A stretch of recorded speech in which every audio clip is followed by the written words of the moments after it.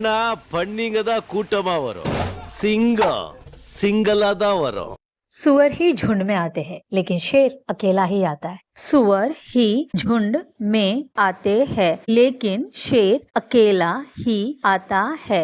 சுவர் ஹி பன்றிகள் தான் ஜுண்டு மே கூட்டமாக ஆத்தே ஹே வருவாங்க, லேக்கின் ஆனால் ஷேர் சிங்கம் அக்கேலா ஹி தனியாதான் ஆத்தா ஹே வரும்.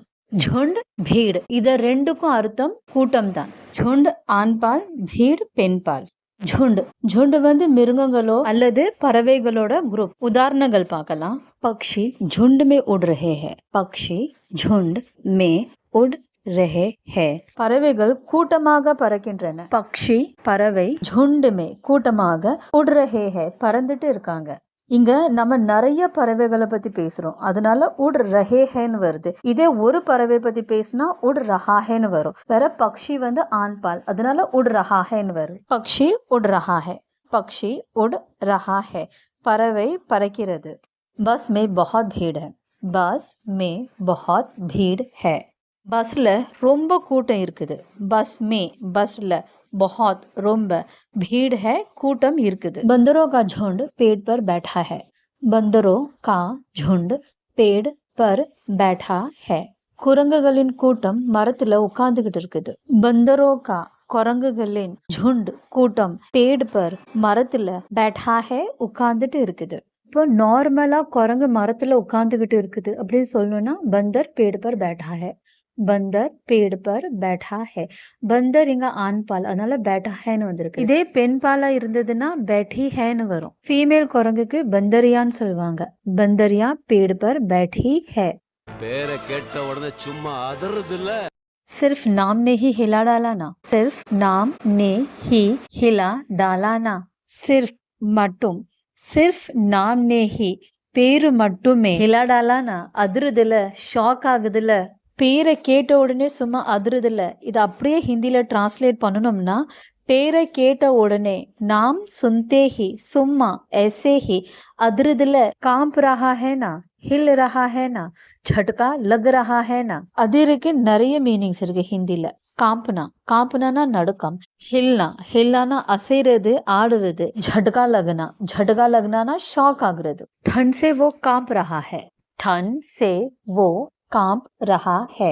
குளிரால் அவன் நடுங்கிக்கிட்டு இருக்கான். ठंड से குளிரால, वो அவன் அவள், कांप रहा है நடுங்கிக்கிட்டு இருக்கான். இதே ஒரு பெண்ணுக்கு சொன்னோம்னா कांप रही हैன்னு வரும். ठंड से वो कांप रही है. वो डर से कांप रहा है. वो डर से कांप रहा है. அவன் பயத்தால நடுங்கிக்கிட்டு இருக்கான். वो அவன் அவள், डर से பயத்தால, कांप रहा है நடுங்கிக்கிட்டு இருக்கான். இதே ஒரு பெண்ணுக்கு சொல்லும் போது वो डर से कांप रही है. गुस्से से उसका हाथ पैर कांप रहा है. गुस्से से उसका हाथ पैर कांप रहा है. கோபத்தால் அவனோட கை கால் நடுங்குது.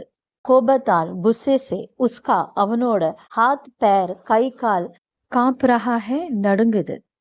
कुर्सी मत हिलाओ. कुर्सी मत हिलाओ, சேரை ஆட்டாத. குர்சி ஹிலாவோனா சேரை ஆட்டுன்னு அர்த்தம். குர்சி மத் ஹிலாவோனா சேரை ஆட்டாதன்னு அர்த்தம். उसकी बात सुनकर मैं हिल गया. उसकी बात सुनकर मैं हिल गया. அவன் பேச்சை கேட்டதும் நான் அதிர்ச்சி அடைந்தேன், ஆடி போயிட்டேன். உஸ்கி பாத் அவனோட பேச்சு. இங்க பாத் வந்து பெண்பால், அதனால கீ வந்திருக்குது. உஸ்கி ஆண்பாலா இருந்தா கா வரும், உஸ்கா. சுன்கர் கேட்டதும், மே நான், ஹில் கயா அதிர்ந்து போனேன். இந்த சென்டென்ஸ் வந்து ஒரு ஆண் சொல்லியிருக்கான், ஏன்னா ஹில் கயான்னு வந்திருக்குது. இதே பெண் சொல்லும் போது ஹில் கயின்னு வரும். உஸ்கி பாத் சுன்கர் மே ஹில் கயி. जमीन अचानक हिल गई.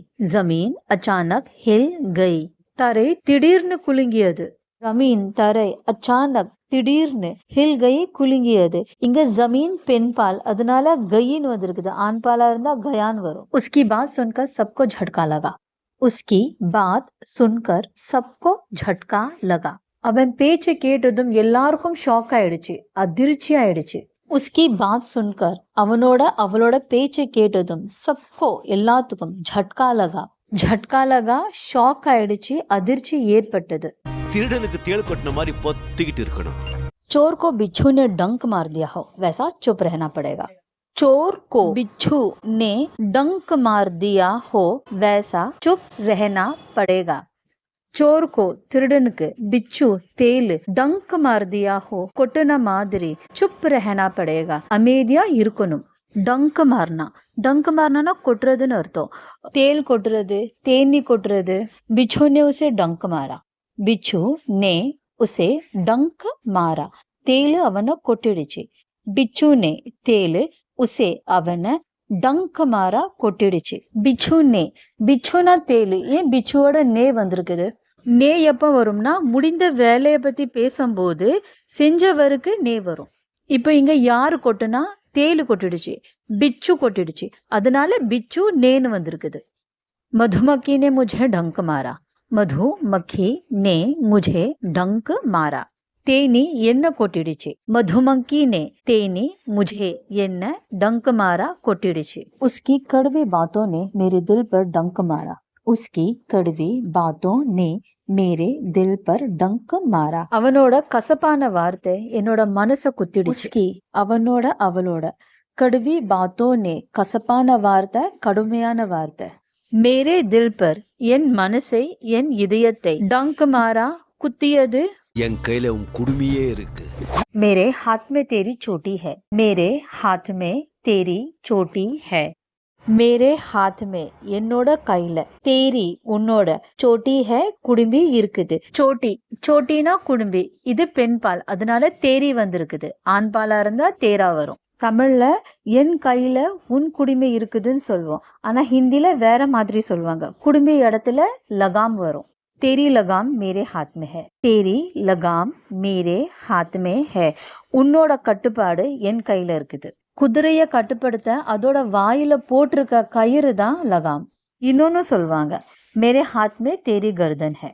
मेरे हाथ में तेरी गर्दन है घोड़े की लगाम पकड़ो घोड़े की लगाम पकड़ो குதிரையோட கயரை பிடி கோடைக்கு குதிரையோட லகாம் பக்கடோ கயரை பிடி இதே பெரியவங்களுக்கு நீங்க சொல்லும் போது பக்கடோ இடத்துல பக்கடியேன்னு வரும் घोड़े की लगाम पकड़िए उसने घोड़े की लगाम खींची उसने घोड़े की लगाम खींची அவன் குதிரையோட கயரை இழுத்தான் अपने गुस्से पर लगाम दो अपने गुस्से पर लगाम दो उन கோவத்தை கட்டுப்படுத்து अपने தன்னோட குஸ்ஸே பர் கோபத்தை லகாம் தோ கட்டுப்படுத்து நீ இதுவரைக்கும் இந்த அண்ணாமலை நண்பனை தான் பார்த்திருக்க இனிமே நீ இந்த அண்ணாமலை விரோதியா பார்க்க போற अब तक तुमने इस अनामलय को दोस्त के रूप में देखा है अब तुम इस अनामलय को दुश्मन के रूप में देखने वाले हो अब तक तुमने इस अनामलय को दोस्त के रूप में देखा है